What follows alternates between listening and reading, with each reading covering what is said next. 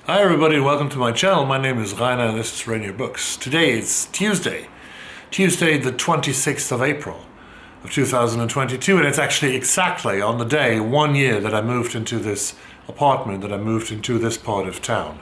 1 year anniversary. Great day to do a tag video, right? And today I'm going to do the quarter year crisis book tag that was created by Royson from Royson's Reading. So hello to you, Royson. I'm doing your tag right now after this.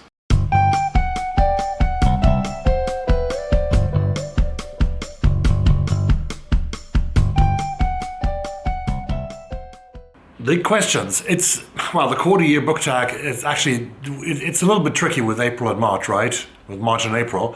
Because in March, the end of March is a quarter of the year over.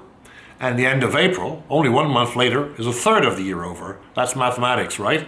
So it's almost May, so it's almost a third of the year crisis book tag instead of a quarter year crisis book tag in my case. But anyway, I do it.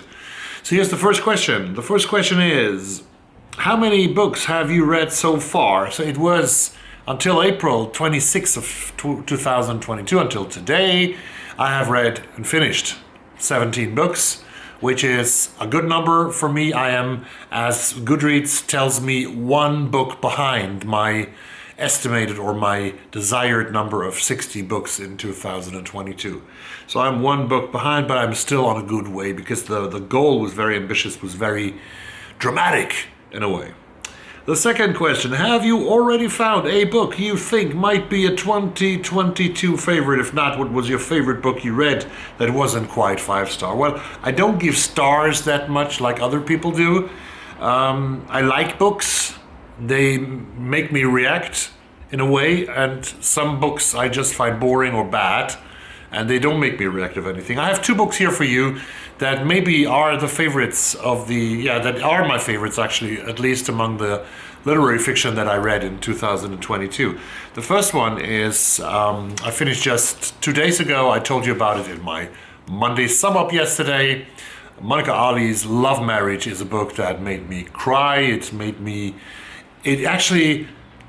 I never thought that I could read a book of 499 pages that has romance aspects in it, a romance, love stories at the core of it, but I did.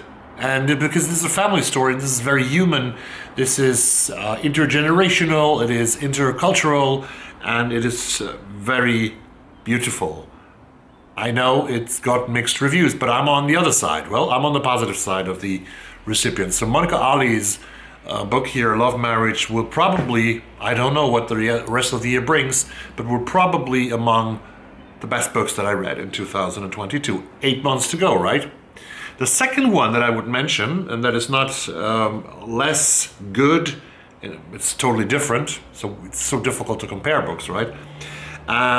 This is also written by a woman, by a Canadian-American woman, in this case, by the author Alix Ohlin, and the stories are called We Want What We Want, a collection of short stories by Alix Ohlin, or Alix Ohlin, I don't know, Ohlin if you would pronounce her name in a Swedish way.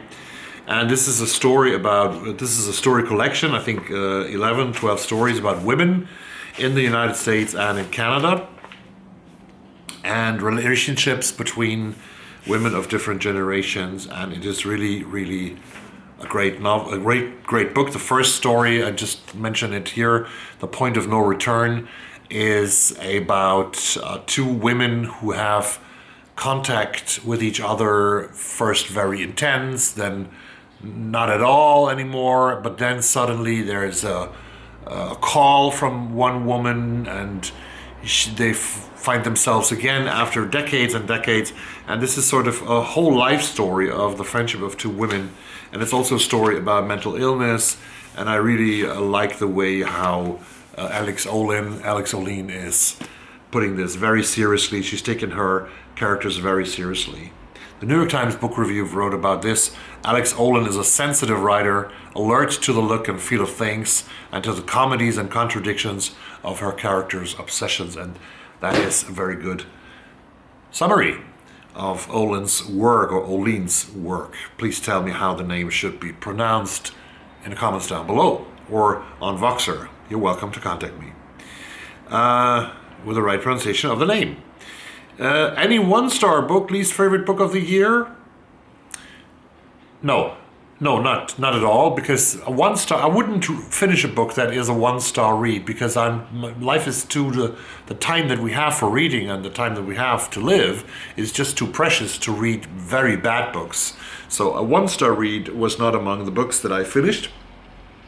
It's always DNF things that I would probably give 1 stars, but I don't take the time to finish them off.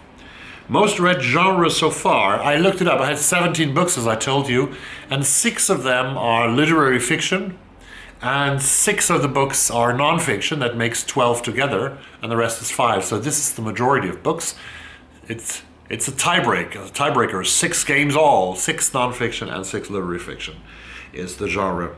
A book that surprised you? Yes, I think that one of the nonfiction books actually surprised me. It was, to be honest, to be very frank and clear with you, to confess it here, it was the first graphic novel, no, not the first graphic novel, the first graphic nonfiction book actually that I ever read in my life.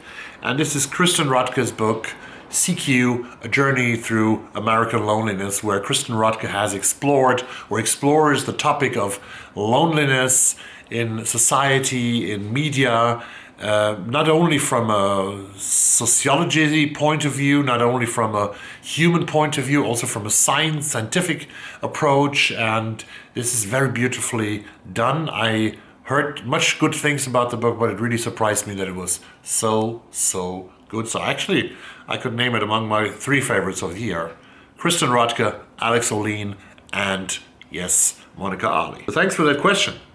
Books that come out in 2022 already that you want to read but haven't yet. I have a list, a few books that I'm expecting, because I'm not so up to date with what appears on the market, but I have a few titles of books that I want to read in 2022, and one of them has been published in the United States on April 5 and will be published in the UK on April 28. And this is Jennifer Egan's new novel, Candy House. I haven't read that yet because it is already published, you're right, but I will get the UK version of it, because I like the cover that the UK publisher has chosen much more than the American version. So that is a book that I am ordering pretty much today, probably, because it is possible to order it. It will come out in 2 days from now. One goal you made that you're succeeding at. It seems that I will be reading more books in 2022 than I did in 2021, but don't count, sometimes in Germany we say don't count eggs that have not been warped. So that's what we shouldn't do. So it looks good compared to the last year, and my goal seem to get close to that goal, but 8 months to go and you never know what happens. Because in 5 minutes, a whole life can change. That's what Gretchen Peters sings in her beautiful song, 5 Minutes. Prompt here is, one goal you need to focus on. I haven't made that goal, but I definitely know that I have to focus on doing more videos. Doing 2 videos per week should be an average of a good channel, and I haven't done that in the last 2 months or so. I only did like 1 video a week. Sometimes it took 10 days to make another video, so I have to get more focus on really doing 2 videos per week.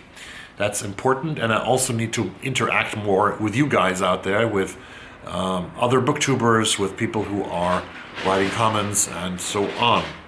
So that's definitely something I have to focus on. And the last question here is, new to you booktubers, bookstagrammers, booktokers, what are booktokers, for 2020 you recommend? I went through some channels recently, and I have 2 channels that I would mention here. There are so many good new channels out there, but I'd mention just 2 of them. And I would mention Lena at Lena's Bookshelf, and I would mention Aisha at That Other Nigerian Girl. These 2 channels, I saw the BookTube newbie videos of them, and I really like them, and I think they have some perspective to, for me at least, to watch more of their videos. So you should subscribe to these 2 channels at least. And I hope that you like this video. I hope that you like the tag, and I thank you very much for watching this. And I hope to see you very soon with a new video about the shortlist, the expected shortlist of the Women's Prize, which comes actually tomorrow. Thank you very much, and bye-bye.